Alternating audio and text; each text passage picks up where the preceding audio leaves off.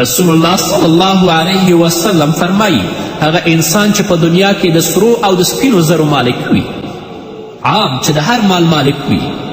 او بیا د دې سپینو زرو او د سرو زرو حق ادا نه کړي، د دې زکات ورنه کړي، نو د قیامت په ورځ به الله رب العزت د دې مال یعنی دا سره زر او سپین زر دې نه به پترۍ جوړه کړي، ګویا چې د اور پترۍ ته جوړه ده،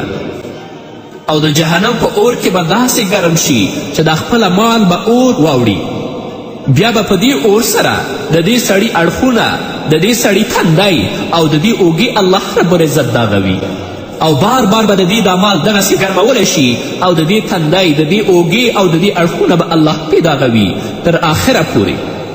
د قیامت په ورځ چې د هغې مقدار اندازه 50,000 کاله ده، دې ته به عذاب ورکول کیږي تر څو چې د دې لاره معلومه شي چې یا به جنت ته ځي یا به جهنم ته ځي. نو راشئ قدرمنو اوریدونکو مسلمانانو ورونو او خویندو، د دنیا په مال باندې مه دوکه کیږئ. دا د الله یو امتحان، یو ازمیښت دی چې تاسو باندې کړی. که غواړئ چې مال محفوظ شي، د الله د عذاب نه په دنیا او په آخرت کې محفوظ پاتې شئ، نو د خپل مال زکات ادا کړئ. هغه زموږ خویندې چې په کورنیو کې ځان سره پیسې لري یا هغوی سره زر لري چې د هغو مقدار 85 ګرامه ته رسیږي، باید چې هغه خویندې هم د خپل د سرو زرو زکات ادا کړي، کنې هغوی به هم په دغه عذاب کې مبتلا یي، لکه څنګه چې محمد رسول الله صلی الله علیه وسلم وفرمایل. همدارنګه الله رب العزت فرمایي: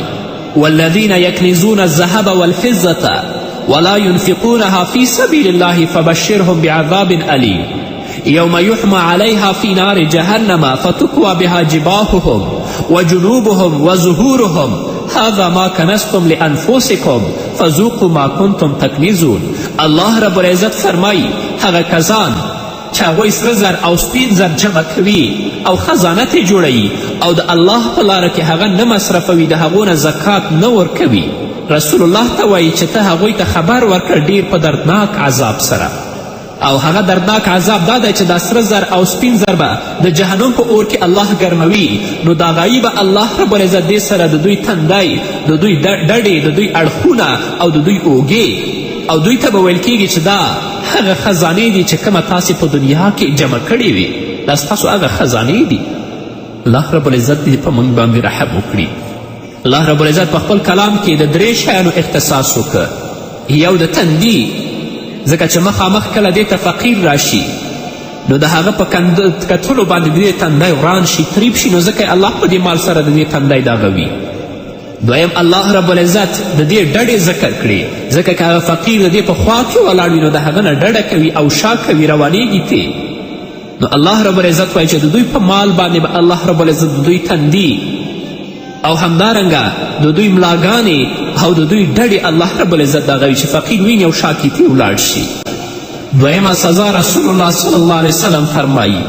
راوی د حدیث حضرت ابی هریره دی، عن ابی هریره رضی الله عنه عن النبی صلی الله علیه وسلم قال من اعطاه الله عز وجل مالا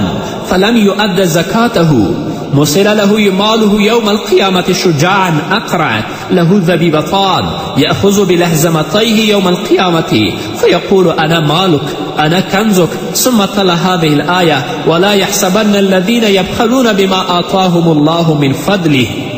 هو خير لهم بل هو شر لهم سيطوقون ما بخلوا به يوم القيامة. حضرت ابی هریره رضی الله عنه فرمایي چې د رسول الله صلی الله علیه وسلم نه روایت دی، کوم سړي ته چې الله رب العزت مال ورکړی وي او هغه د دې زکات ادا نه کړي، نو د دې نه به د قیامت په ورځ داسې مار الله جوړ کړي چې د هغه مار سر به کل وي، ډیر زهرجن به وي چې د زهرو د وجې نه به د هغه د سر ویښتنې وي، او همدارنګه د ډیرو زهرو د وجې نه به د ده 2 سترګو کې 2 تور ټکي وي، او دا مار به د دې په غاړه کې پروت وي، د امیل په شان به د ده په غاړه کې پروت وي، او دې مار به د ده 2 شونډې نیولې وي، او دا به ورته وایي چې زه ستا مال یم، ستا خزانه یم. وروسته رسول الله دا آیت تلاوت که کوم خلکو ته چې الله رب العزت مال ورکړی دی د خپل فضل نه او هغوی بیا بخل کوي، نو دا مال د هغه په حق کې تاسو بهتر مه ګڼئ، دا مال به د دوی په څټ کې توق جوړولی شي، د قیامت په ورځ به د دوی غاړه کې پروت وي. درېیمه سزا چې محمد رسول الله صلی الله علیه وسلم نه رانقل ده، هغه د مسلم شریف روایت دی. کم خلک چې په دنیا کې څاروي لري یا مال لري د خپل د څارویو او د مال زکات نه ورکوي، نو الله رب العزت به دا څاروي د آخرت په ورځ ښه غټ کړي او دا مالدار به الله رب العزت په یو میدان کې څملوي او دا څاروي به په خپلو پښو باندې په دې انسان باندې ګرځي راګرځي او دا انسان به په خپلو ښکرونو باندې وهي او دا ټول څاروي او دا ټول حیوانات چې دا د پښو لاندې کي دویم ځل به بیا دا کار په دیو باندې شروع شي. دا سلسله به شروع وي په دغه ورځ باندې چې د دغه ورځ اندازه د 50,000 کالو اندازه یعنې د دنیا د ورځو په شان ده. قدرمنو اوریدونکو، الله رب العزت چې کوم مال درکړی دی په هغه باندې د الله شکر ادا کړئ، دا د الله امتحان دی او کوم د الله حق چې په دې کې دی هغه حق تاسو ادا کړئ. کنی د آخرت په ورځ به د الله رب العزت په سخت عذاب او په سخت کتاب کې اوسئ، که زموږ ورونه دي او که زموږ خویندې دي، دا د الله امتحان دی. الله رب العزت دې په موږ باندې رحم وکړي. که مال چې الله موږ ته راکړی دی الله رب العزت دې موږ ته توفیق راکړي چې د الله حق او زکات پکې ادا کړو او هغه هم چاته ورکړو؟ مساکینو او فقراو ته ورکړو او تل لپاره دا کوشش وکړو چې د حلالو لارو نه ځان ته، خپل کورنۍ ته او خپلو اولادو ته روزي او رزق لاسته راوړو. رسول الله صلی الله علیه وسلم نه 3 قسمه سزاګانې منقول دي، یعنی هغه څوک چې په دنیا کې د خپل مال زکات نه ورکوي، رسول الله نه دې سړي لپاره په آخرت کې 3 قسمه سزاګانې نقل دي او د الله رب العزت په آیتونو کې هم دې طرف ته اشاره شوې ده. اول حدیث حضرت ابی هریره رضی الله عنه د محمد رسول الله نه روایت کوي. هغه فرمایي قال رسول الله صلی الله علیه وسلم ما من صاحب ذهب ولا فضة لا يؤدي منها حقها إلا إذا كان يوم القيامة سفحت له صفائح من نار فأحمي عليها في نار جهنم فيكوى بها جنبه وجبينه وزهره كلما بردت أعيدت له في يوم كان مقداره 50,000 سنة حتى يقضى بين العباد فيرى سبيله إما إلى الجنة وإما إلى النار. نو که څوک د زکات د فرضیت نه انکار وکړي هغه ته د اسلام په مقدس دین کې کافر او مرتد ویل کیږي، خو که څوک د زکات د فرضیت نه انکار ونه کړي بلکې د هغه په ادا کولو کې کوتاهي کوي، زکات نه ورکوي، د اسلام په مقدس دین کې هغه ته فاسق ویل کیږي. کله چې محمد رسول الله صلی الله علیه وسلم وفات شو نو ځینې قبیلو د زکات د ورکولو نه انکار وکړ، نو حضرت ابابکر صدیق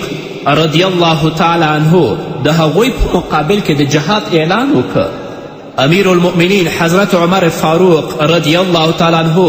د حضرت ابابکر صدیق رضی الله عنه دی وینا سره مخالفت وکړ چې دا خلک کلمه وایي، تاسو دوی سره څنګه د جهاد اعلان کوئ؟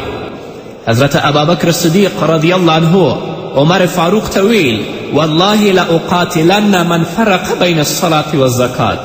ابابکر صدیق قسم یادوي چې زما د قسم وي په الله باندې هغه څوک چې د مانځه او د زکات په منځ کې فرق کوي زه به هغه سره ضرور جهاد کوم. نو مونځ لکه څنګه چې د بدن حق دی دغه شان زکات د مال حق دی. قدرمنو اوریدونکو دا وه زموږ نننۍ خپرونه چې ستاسو درانه حضور ته وړاندې کړه. تر بلې خپرونې پورې چې زه بیا هم ستاسو درانه حضور ته راځم تاسو ټول په پاک رب سپارم. پاتې ژوند او پاتې ورځم نیکمرغه الله